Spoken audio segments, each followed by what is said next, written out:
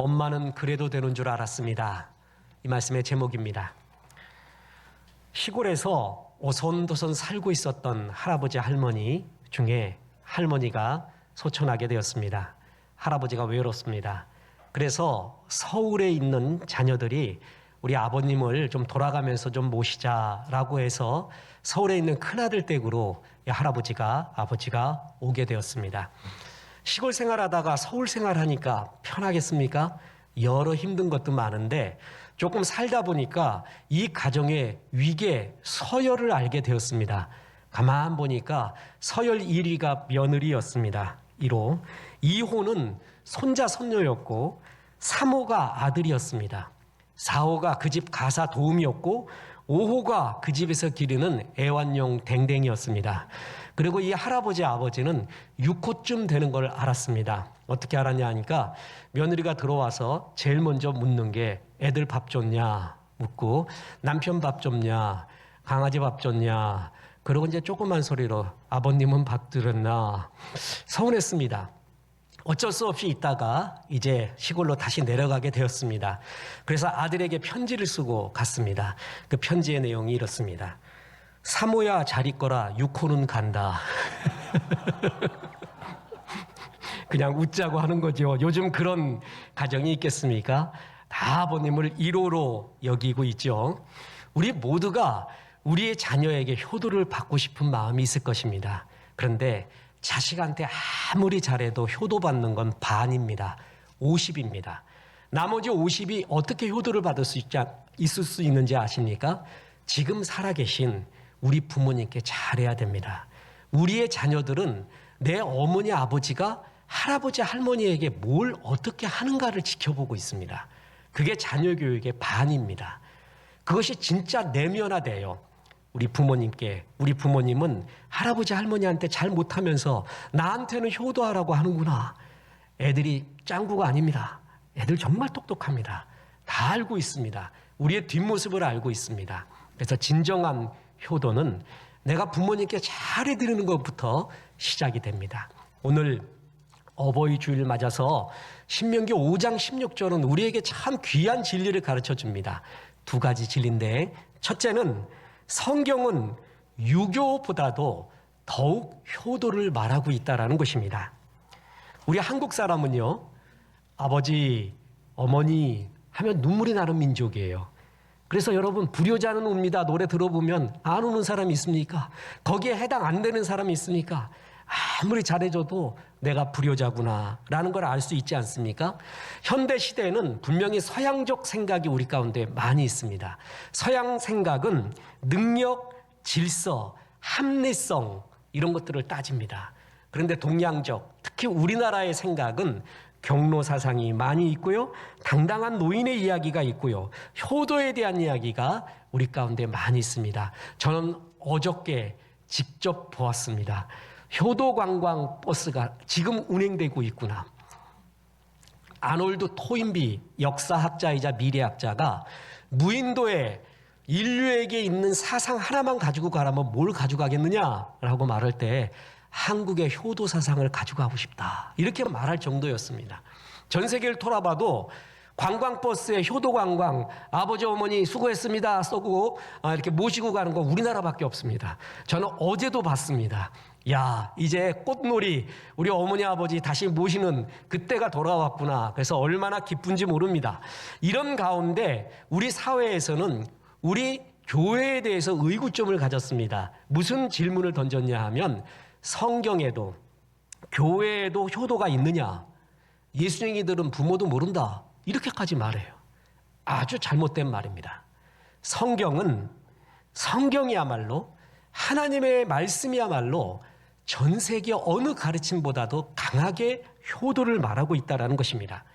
신명기 27장에 보면은 이른바 저주의 10계명이 나옵니다.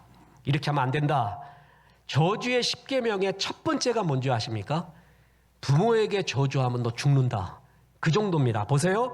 신명기 27장 16절. 그의 부모를 경홀히 여기는 자는 저주를 받을 것이라 할 것이요 모든 백성은 아멘할지니라. 하나님이 말해요. 뒤에다가 아멘 해라 이렇게 말하는 게 있어요. 많지는 않거든요. 근데 아멘 해라 안 하면 다 그냥 이런 투예요. 모든 백성은 네 부모를 존중하라, 경홀히 여긴다, 우습게 여긴다는 거거든요. 그러면 넌 죽인대요. 그러면서 아멘 해 빨리 이러고 있어요. 뿐만이 아닙니다. 부모를 치기만 하고요, 저주했잖아요. 그럼 넌 사형이다 이렇게 말합니다. 보세요. 출애굽기 21장 15절. 자기 아버지나 어머니를 치는 자는 반드시 죽일지니라. 레위기 20장 9절에 만일 누구든지 자기의 아버지나 어머니를 저주하는 자는 반드시 죽일지니 그가 자기의 아버지나 어머니를 저주하였은즉 그의 피가 자기에게로 돌아가리라. 하나님이 너의 말이 너에게로 돌아간다, 너의 저주가 너에게로 돌아간다는 것이 성경에 3번 나옵니다. 3번의 뉘앙스가 나오거든요. 민수기에서, 출애굽기에서는 하도 원망하는 걸 하나님이 채워줘요. 근데 민수기에 와서는 원망 계속 그래도 반복하니까 네가 한 말 그대로 너에게 돌아가리라 그랬어요. 이거 무서운 말이거든요. 또한 네가 부모를 저주하면은 그 피의 저주가 너에게로 돌아간다, 이렇게까지 말해요. 부모를 쳤다, 부모를 저주했다, 넌 죽여라. 유교 어느 사상에 이런 게 있습니까? 세상 어느 윤리관에 이 정도가 있습니까? 죽이라 할 정도입니다. 그렇게 하나님이 효도를 말하고, 오늘 본문을 보십시오. 신명기 5장 16절에 너는 내 하나님 여호와께서 명령하신 대로 내 부모를 공경하라. 그리하면 내 하나님 여호와가 내게 준 땅에서 내 생명이 길고 복을 누리리라. 공경하라, 카베드. 하나님께 쓰는 말이에요.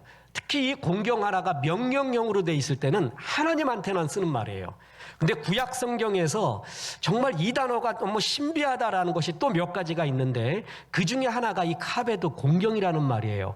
왜 신비하냐 하면 이건 하나님한테만 쓰는 말인데 인간한테 유일하게 한 번 씁니다. 부모를 공경하라고 할 때 그때 이 말을 쓰고 있습니다.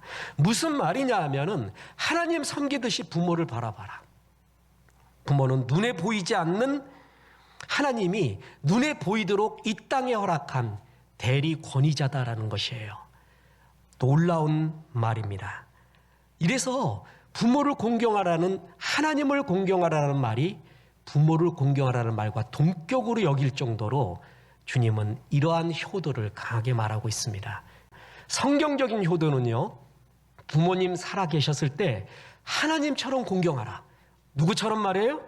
하나님처럼 공경하라. 그리고 돌아가시면은 천국에서 만날 것을 기대하라. 그래서 부모에 대한 최고의 효도는 구원론적인 효도가 최고입니다.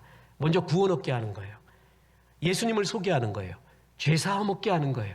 그게 효도의 최고예요. 그러고 난 다음에 하나님 섬기듯이 섬겨요.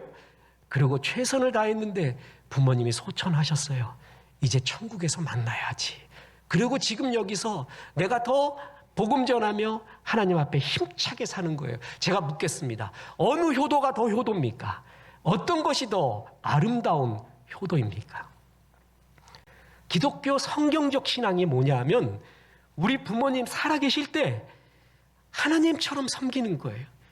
그리고 구원 얻도록 최선을 다해서 믿음으로 인도하는 거예요. 그리고 소천하시잖아요. 그럼 천국 가서 만나야지. 부활해서 만나야지. 그리고 내가 여기서 잘 살아야 되는 거예요. 잘 살고 기쁘게 살고 복음 전하며 살고 예배하며 살고, 이것이 부모님 상 치르다가 힘 다 빠져가지고, 좀 극단적인 예지만 그거보다 훨씬 더 아름다운 창조적인 생산적인 효도가 아니겠습니까? 성경은 그렇게 말하고 있습니다. 뿐만 아닙니다. 하나님은 이 효도하는 자에게 축복을 숨겨놓았다라는 것이죠. 보세요. 오늘 본문 신명기 5장 16절. 너는 내 하나님 여호와께서 명령한 대로 내 부모를 공경하라. 그리하면 내 하나님 여호와가 내게 준 땅에서 내 생명이 길고 복을 누리리라. 뿐만 아닙니다. 에베소서 6장 1절에서 3절 보세요. 자녀들아, 주 안에서 너희 부모에게 순종하라. 이것이 옳으니라. 내 아버지와 어머니를 공경하라. 이것은 약속이 있는 첫 계명이니 이로써 내가 잘되고 땅에서 장수하리라. 잘된다, 야타브, 하나님이 열어준다, 풀어준다. 이 축복을 부모에게 순종하고 부모를 공경하는 자에게 주님이 주는 축복이래요. 우리 인간이 받을 수 있는 최고의 축복이 이건데 잘 되는 거거든요. 현실에서. 그거를 부모를 공경하는 자에게 이것을 잘 되게 해준다고 합니다. 십계명은 1계명에서부터 4계명까지가 대신관계예요. 하나님에 대한 거거든요. 5계명에서부터 10계명까지가 대인관계, 인간에 대한 거예요. 그 인간에 대한 10계명의 첫 번째 계명이 뭐냐면 네 부모를 공경하라는 거예요. 그래서 약속이 있는 첫 계명이라고 말하는 것입니다. 다시 말해서 인간관계의 첫 단추예요. 여기부터 인간관계를 배우기 시작한다는 것이에요. 그리고요, 1계명에서 4계명까지 나올 때 하나님이 이렇게 해라, 이렇게 해라, 이렇게 해라라고 말하다가 하나의 그 말씀에 대한 축복이 들어가요. 여호와 잘 섬겨라, 천대가 복을 받는다. 그리고 5계명부터 10계명까지도 인간관계를 쭉 얘기하는데 전부 명령으로 돼 있어요. 살인하지 말라, 간음하지 말라, 도적질하지 말라, 뭐 이웃의 것을 뭐 탐하지 말라 이렇게 나오잖아요. 그런데 그 뒤에 약속이 들어가 있는 계명은 바로 요거 하나밖에 없습니다. 네 부모를 공경하라, 또 살인하지 말라 이렇게 나가지 않고 네 부모를 공경하라, 네가 잘 된다, 그리고 장수한다라는 약속까지 여기다가 집어넣은 거예요. 이게 얼마나 중요한지 모릅니다. 보세요.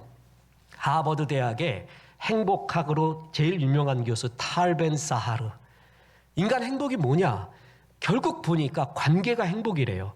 그래서 최고 실력은 뭐냐 하면 사랑을 받는 실력이고 사랑을 하는 실력이더라. 그래서 사랑받는 사람, 사랑하는 사람이 제일 행복하더라. 그게 행복학의 주요 뼈대 중에 하나입니다. 그런데 사랑받고 사랑하는 거를 어디서 처음 배우는지 아십니까? 가정에서 부모님한테 배우는 겁니다. 부모님한테, 부모의 사랑은 하나님의 사랑과 가장 가깝습니다. 가장 비슷한 것이 부모의 사랑이에요. 그 부모의 사랑을 받을 때 내가 사랑이 뭔 줄을 알아요. 이게 사랑이구나. 그래서 사랑받는 법을 알아요. 그리고 그것을 나누어 주는 법을 알아요. 어떻게 아느냐 하면 부모의 권위가 하나님의 권위와 비슷한 거예요. 그래서 사람은 부모의 권위에 순종함으로써 권위에 순종하는 법을 배우게 됩니다. 권위주의는 나쁩니다. 그러나 권위는 이 세상을 유지하는 데 굉장히 중요합니다. 권위에 순종하지 않으면 어디서든 사랑받지 못합니다. 요즘 순종보다는 자기 주장이 많아요. 옳은 건 아닙니다. 성경은 권위에 순종하는 법부터 배우라고 말합니다. 그걸 어디서 배우는지 아세요? 가정에서 배우는 거예요. 가정에서 사랑을 하는 법을 알아요. 사랑받는 법을 알고 권위에 순종하는 법을 알고요. 그래서 가정교육이 첫 번째가 되는 겁니다.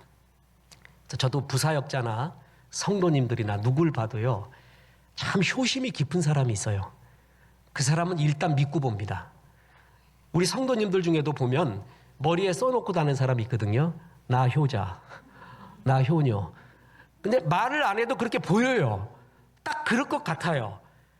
아니나 다를까 맞아요. 나 성실도 있잖아요. 나 성실. 나 성실. 저 사람 분명히 틀림없는 사람이야. 근데 그걸 어떻게 인간관계에서 믿을 수 있느냐? 저 사람이 효자고 효녀면 일단 믿을 수 있습니다.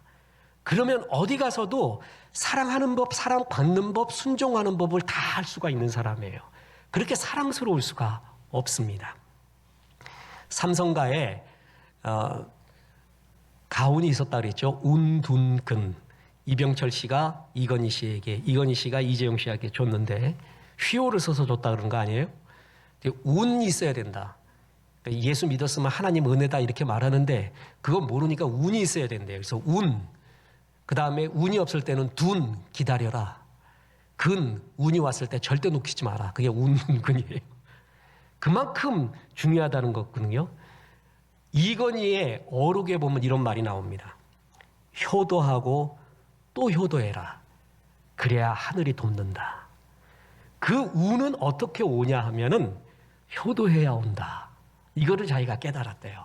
좋은 깨달음이었습니다. 사무엘상 22장에 보면은 다윗이 사울에게 쫓겨갖고 아둘람 굴로 도망가는 장면이 나옵니다. 자, 요번에 성경 통독하며 깜짝 놀랐는데 대개 사무엘상 1절 22장 1절 2절만 갖고 설교해요. 아둘람굴에 다윗이 피신해 넣어서 거기에 낫고 천하고 비루한 사람들이 다 모여듭니다. 도망자들이. 그게 나중에 다윗 왕국을 이룬다. 이제 이것을 설교를 하는데 저는 3절부터 기절하는 줄 알았습니다. 다윗은 그 어려울 때요. 아둘람굴로 목숨이 위태로워 도망갈 때 자기 부모를 꼭 데리고 갔습니다. 그게 나와요. 옛날 필리핀의 독재자 마르코스. 그가 필리핀 탈출해서 하와이로 도망갈 때 고향에 계신 자기 노모를 모셔가지 않았습니다. 노모는 아들 기다리며 죽습니다. 루마니아의 독재자 차우체스쿠. 그도 금은보화는 다 챙겨서 도망갔는데 자기 노모는 버려둔 채 가다가 부하의 총에 맞아 죽습니다. 다윗은요 달랐습니다. 부모를 모시고 피신 갑니다. 그 목숨이 위태로운 곳에 말이에요. 그리고 유대인들은, 이스라엘 사람들은 이방인 앞에 무릎 꿇는 거를 천하의 치욕으로 합니다. 내가 죽어도 그 일을 못하겠다 그러거든요. 근데 다윗은 모압 왕한테 가서 무릎을 꿇습니다. 왜 그런 줄 아세요? 우리 부모님 좀 잘 모셔주세요. 여기 좀 있게 해주세요. 그런 자기의 모든 걸 내던져 버립니다. 보세요. 사무엘상 22장 3절. 다윗이 거기서 모압 미스베로 가서 모압 왕에게 이르되 하나님이 나를 위하여 어떻게 하실지를 내가 알기까지 나의 부모가 나와서 당신들과 함께 있기를 청하나이다 하고 부모를 인도하여 모압 왕 앞에 나아갔더니 그들은 다윗이 요새에 있을 동안에 모압 왕과 함께 있었더라. 피신할 때도 아둘람굴로 어머니 아버지 모시고 가요. 그리고 모압 왕한테 무릎 꿇으며 우리 어머니 좀 내가 지금 너무 힘든 시기입니다. 하나님이 나를 어떻게 인도할는지 모르겠으니 그때까지 우리 어머니 아버지 여기서 편히 있도록 좀 부탁합니다. 그러는 거예요. 아, 역시 하나님 마음에 합한 사람이 다르구나. 그런데 더 감동적인 게 뭔지 아십니까? 그렇게 훌륭한 부모가 아니었다는 것이죠. 왜냐하면은 사무엘이 이스라엘의 왕을 기름 붓기 위해서 아들 세워라라고 했을 때 아들 1, 2, 3, 4, 5 쫙 섰는데 막내둥이 하나가 빠졌어요. 그 막내둥이가 다윗이었단 말이에요. 다윗은 뭐 하고 있었어요? 양치고 있었어요. 그땐 다윗은 이름도 얻을 수가 없었어요. 그냥 대명사였어요. 대명사. 얼마나 속상하겠어요? 다윗이 골리앗 만날 때가 장면이 컨텍스트가 어떻게 되는 줄 아십니까? 블레셋 군대 싸우고 있을 때 형들 도시락 전해주다가 만난 거예요. 약간 소홀히 한 거예요. 그래서 시편에 보면 내 부모는 나를 버렸고 할 정도로 다윗이 서운했던 거예요. 그런데 그 부모를 도망갈 때도 모시고 갑니다. 모압 왕 앞에서도 무릎 꿇고 우리 어머니 아버지 좀 부탁한다고 합니다. 야, 이 효심 깊은 다윗. 하나님이 감동했을 것입니다. 여러분, 손양원 목사님 아시죠? 사랑의 원자탄. 우리 얼마 전 우리 간증해주고 또 말씀 전했던 KBS 우리 권영만 PD 장로님, 이분이 손양원, 주기철 이런 사람들 KBS 공영방송에 다큐로 뿌리고 영화로 만들어서 실질적인 공감도 많이 일으켰습니다. 참 귀한 분입니다. 그런 사역을 하는. 그래서 손양원 그러면 우리가 생각나는 게 아들을 죽인 공산당, 그 아들을 자기 아들로 삼죠. 그래서 사랑의 원자탄이라고 말하고 있지 않습니까? 그런데 그것은 손양원 목사님의 한 부분이에요. 더 감동적인 것도 많이 있습니다. 신사참배 반대해서 또 감옥에 투옥이 되었습니다. 그때 손양원 목사님은 아버지와 편지를 주고받습니다. 그때 아버님이 손양원 목사를 향해서 편지를 쓸 때 이런 구절로 시작을 합니다. 참 효자인 나의 아들 양원아. 아버지가 보기에 손양원 목사는 참 효자였던 거예요. 그래서 참 효자라고까지 표현해요. 내 아들아. 이런 사람이 목회 잘할 수 있을 것 같지 않습니까? 자기 부모한테도 못하면서 자기 아내한테도 자식한테도 못하면서 어떻게 목회할 수 있겠습니까? 제가 지금 저한테 하고 있는 말입니다, 여러분. 정말 이것이 모든 것의 기본이라는 것이죠. 하나님께서는 네 부모를 하나님같이 섬겨라.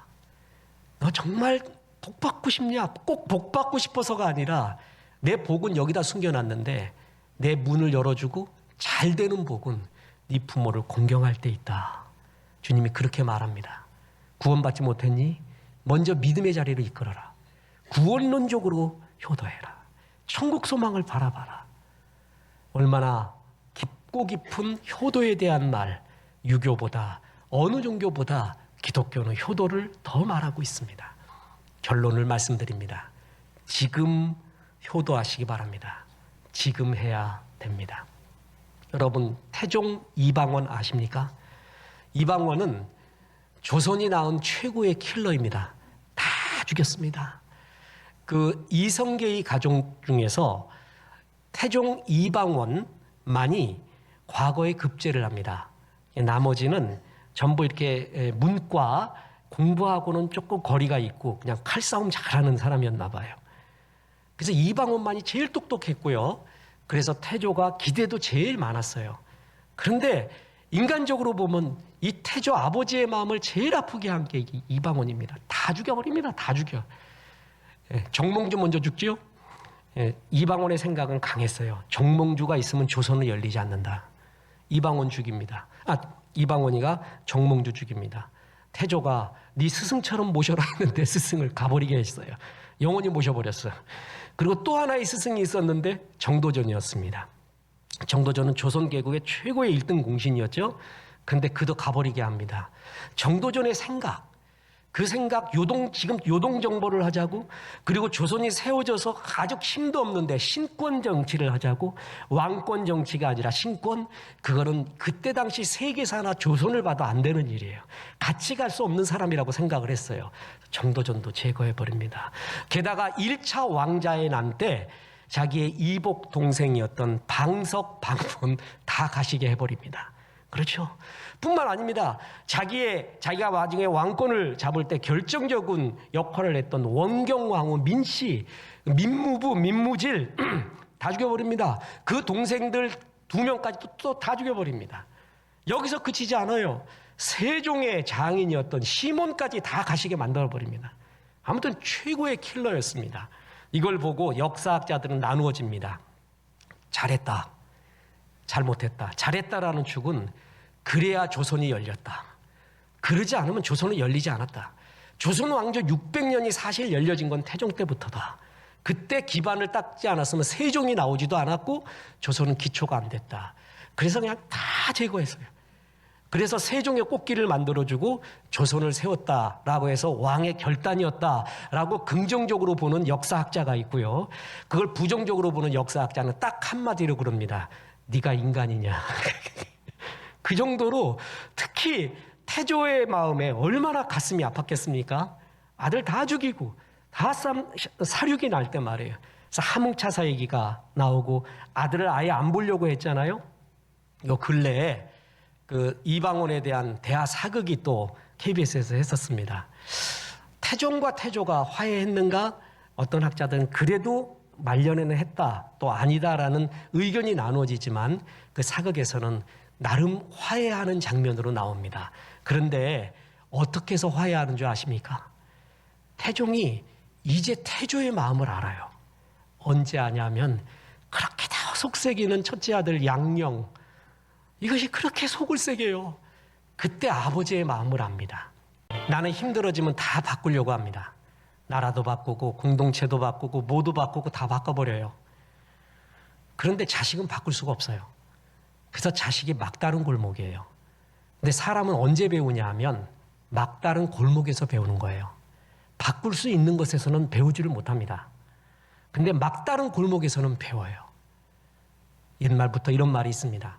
남의 자식 잘못됐을 때 절대 욕하지 마라. 내 자식 어떻게 될는지 모릅니다. 쉽게 말하면 안 됩니다. 자식이 쉽게 되는 게 아니에요. 그때 하나님 앞에 겸손해지고 그때 내 부모의 마음을 그때 이해한다는 것이죠. 참 신비합니다. 정말 언제 그때 알게 되는 거예요. 그 전에 부모의 마음은 잘 모릅니다. 내가 자식 길러보고 그 자식이 속색일 때 그때 우리 아버지 어머니도 이랬었겠구나. 그때 느끼는 조금 늦지요. 그 전에 깨달았으면 얼마나 좋습니까? 그래서 주님은 지금 그러라는 거예요. 늦기 전에 부모님이 기다려주지 않으니까 지금 사랑하고 지금 존경하라고 얘기하고 있습니다. 심순덕 시인의 오늘 설교의 제목이 그렇습니다. 시의 제목이 그렇습니다. 엄마는 그래도 되는 줄 알았습니다. 하루 종일 밭에서 죽어라 힘들게 일해도 엄마는 그래도 되는 줄 알았습니다. 찬밥 한 덩이로 대충 부뚜막에 앉아 점심을 때워도 엄마는 그래도 되는 줄 알았습니다. 배부르다 생각 없다 식구들 다 먹이고 굶어도 엄마는 그래도 되는 줄 알았습니다. 발 뒤꿈치 다 해줘 이불이 소리를 내도 엄마는 그래도 되는 줄 알았습니다. 아버지가 화내고 자식들이 속썩여도 전혀 끄떡없는 엄마는 그래도 되는 줄 알았습니다. 외할머니 보고 싶다, 외할머니 보고 싶다. 그것이 그냥 넋두리인 줄만. 한밤중 자다 깨어 방구석에서 한없이 소리 죽여 울던 엄마를 본 후론 엄마는 그러면 안 되는 것이었습니다. 우리 어머니 아버지 그러면 안 되는 것이었어요. 그걸 우리가 나중에 깨닫는다는 것이 너무나 부족한 우리 인생들의 어리석음 아니겠습니까? 엄마를 4글자로 표현하면은 미안해요입니다. 엄마를 12글자로 표현하면 미안하다고 말하지 못했어요 입니다. 아버지를 6글자로 표현하면 속으로 우는 분입니다. 만물은 초록 세상을 만나는데 대나무는 홀로 누렇습니다. 이유는 대나무는 자기의 몸의 모든 양분을 죽순에게 다 내어주기 때문에 그렇습니다. 우리의 부모님이 그렇게 살아오셨습니다. 지금이야 우리 노후도 생각하고 앞으로도 생각하지만 우리 부모님 세대 그랬습니까? 그냥 먹고 사는 생존이 문제였습니다. 새끼들 하나가 소망이었습니다. 그렇게 모든 걸 내어준 분들 아닙니까? 음식은 그릇 안에 담겨 있을 때 싱그럽습니다. 아무리 맛난 음식도요, 그릇 밖에 나가면 추하기 그지없습니다. 사람은 하나님 안에 있어야 돼요. 그리고 가정 안에 있어야 돼요. 그래야 가장 아름답습니다. 그리고 우리는 이 경구를 잊어서는 안 됩니다. 나무가 고요하고자 하나 바람이 멈추지 않고 자식이 효도하고자 하나 어버이가 기다리지 않는다. 기다리지 않습니다. 지금 내가 너무 바빠요, 엄마.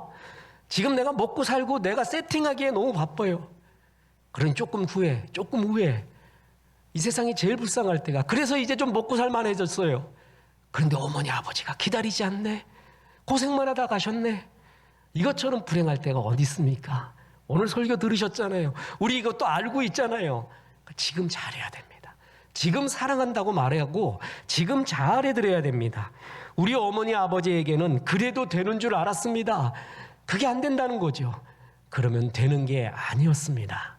그래서 잘하고 지금도 마음적으로, 물질적으로, 그리고 영적으로 존중해주고 사랑해주는 모습이 주님이 우리에게 바라는 첫 번째 계명이라고 말했습니다. 얼마나 하나님은 부모 공경을 하나님 공경처럼 말해줍니까? 일본의 하이쿠 시인 이시가와 다쿠보쿠의 어머니라는 시가 있습니다. 한 줄입니다.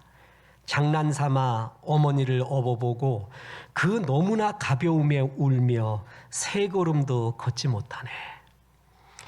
저는 끝으로 효도라고 하는 한자를 한번 보여드리겠습니다. 여러분 잘 보시기 바랍니다. 효도라는 말은 2글자의 합성인데요. 늙을 노자와 아들 자자입니다. 늙으신 부모를 아들이 업고 있는 모습, 그게 효입니다. 늙으신 부모를, 어머니를, 아버지를 딸이 업고 있는 모습, 그게 효도입니다. 돌아보십시오. 옛날에 어머니가 그랬잖아요. 길거리 나갈 때 너 차 조심해라. 잘 먹고 다녀라. 옷 잘 챙겨 입어라. 손 씻어라. 엄마가 그렇게 말했잖아요. 근데 이제 우리가 어머니한테 그 말해요. 어머니 밖에 나갈 때 조심하세요. 코로나 조심하시고, 이거 마스크도 위까지 잘 올리시고, 지금은 집에 계시고, 지금 잘 드시고, 이제 우리가 똑같은 얘기를 하고 어머니가 그걸 듣고 있는 거예요. 그렇게 해라. 전에는 어머니가 너를 업고 살았지만, 아버지가 너를 업고 살았지만, 이제는 네가 업어드려야 될 때가 되지 않니? 그게 효자의 의미입니다. 늙은 부모님을 자식이 업고 있는 모습입니다. 그리고 이것은 동양사상이 아닙니다. 이것은 성경이 말하고 있는 것입니다. 성경이 강하게 네 부모를 하나님처럼 공경하라. 그럼 네가 잘 될 거다. 내가 너에게 네 부모 공경할 때 축복을 준비했다. 이렇게 말하고 있습니다. 그래서 부모께 하나님께 하듯 잘 공경하며 웃음과 구원과 소망과 은혜가 넘치는 거룩한 가정 되시기를 주 예수의 이름으로 축원합니다.